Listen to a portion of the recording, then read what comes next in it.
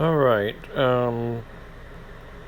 I went ahead and hooked everything up on that 13.5 horsepower Briggs with a snapper with the rear mounted mower, and I'm getting. It's like I'm not getting fire. I think that's what really happened, and how that system got all full of gas was that there was a problem with one of the safeties, or maybe even this module right here, not causing fire. The way that this one's set up, most of them that I have that are set up on um, the starter type system, where it won't even engage the solenoid when the safeties are not activated. But this one, on the other hand, is more set up on a ground type system, where it will more so activate the the magneto kill. So it's kind of confusing, because it will still crank, and you're thinking that everything's okay. Maybe it's the motor, when in fact it's one of these ground systems that are being grounded to the magneto, causing the magneto to not fire. So I think that's what's going on. So what I'm going to do, I mean, this could actually be the culprit here. You've got it hooked in with all of the safety systems here. The deck switch, which is a good safety, so I'm going to try to save that. You have the seat switch, which I'm not too real excited about keeping. And then you got the brake switch, and I always like to keep a brake switch. But you'll see this is in a loop right here. This system right here goes in with the magneto, but this system too also goes in with the magneto too. Right here it connects in with the magneto. So something is just causing it not to get a good fire. It is filling up with fuel, and so that's not an issue. This is an explanation of the switch right here. So what I've decided to do, I studied it for a while. Like I said, usually I'm not dealing with a system like this. To me, it's a little bit more complicated, but once you look at the schematic, you can figure out a workaround. So this was my workaround, and what I decided to do. I'm going to set it up more like a starter system. That only has one spade connector at the solenoid. A lot of them have two nowadays, but this only has one. So what I decided to do was bypass this whole module. I'm going to use it all into the starter series. So these lines mean that I've cut all this stuff out. Okay. So what I'm doing here is this line is going to be connected all in a series with here. So what it's saying is that there has to be continuity here with the deck switch, and there's continuity when this is when it's released, and then there's got to be continuity here, because this is going to go into this line right here for the pedal switch, and it shows that when the brake is pressed, when the pedal's up, there is no continuity, but when the brake switch is pressed down, then there's continuity, which is going to get me to go back to the starter right here, and then the starter is going to engage here. Okay, so again, starter, light, battery.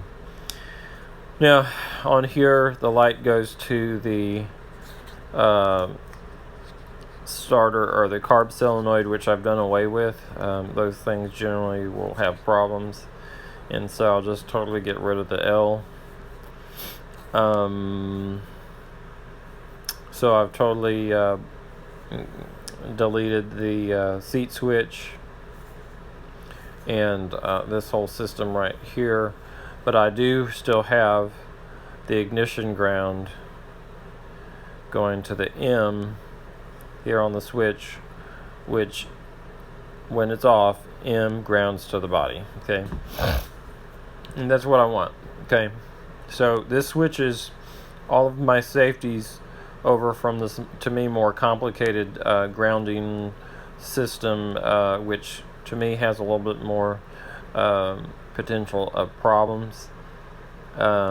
Again, there's no need for this blue ground here anymore because we've got enough ground here. And my thought is that this should get it going. So after all that will be done, this is somewhat what it's going to look like, a whole lot more simplified. Again, we have the starter has to be in series with here, series, continuity, and we can complete here. The signal can get to the solenoid, causing the continuity going here to the starter. And then we've got just a more, to me, a more simpler. This is a very expensive module, up to $40. So if you're suspecting some problems with that, yeah, I told a guy the other day if it was a safety, it wouldn't even click. But again, I just don't see this used as often. But you will still get the starter, will still turn the motor over, but you won't get fire, and so it's a little bit more difficult to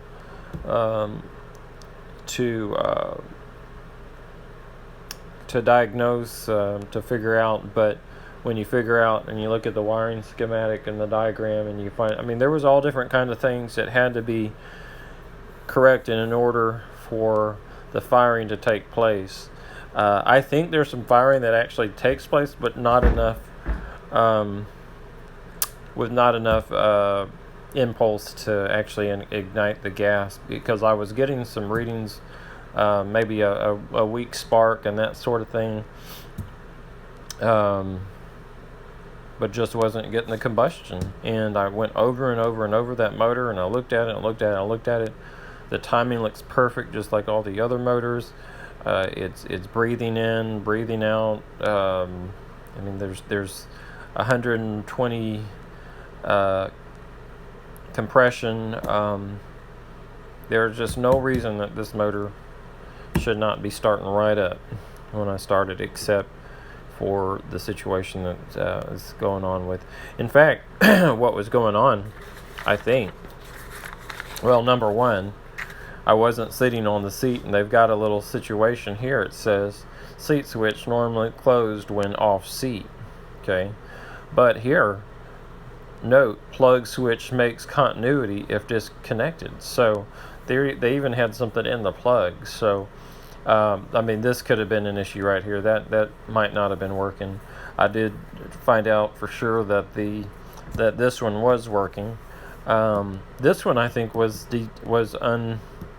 unplugged, and if it's unplugged, then it automatically breaks that connection here and then here, and would have sent it to the kill mode. And then, however, this module interacts with, if one of these conditions isn't met, does it always send it to ground? That's and kill it. Again, could have been a situation where maybe sending some mixed signals and that sort of thing in this module if it was messed up. I don't quite know. I'd have to open it up to see how the circuitry is actually routing all of this stuff. I might do that just for the fun of things. But that's that. Yeah, Snapper really did put an interesting safety system in this mower.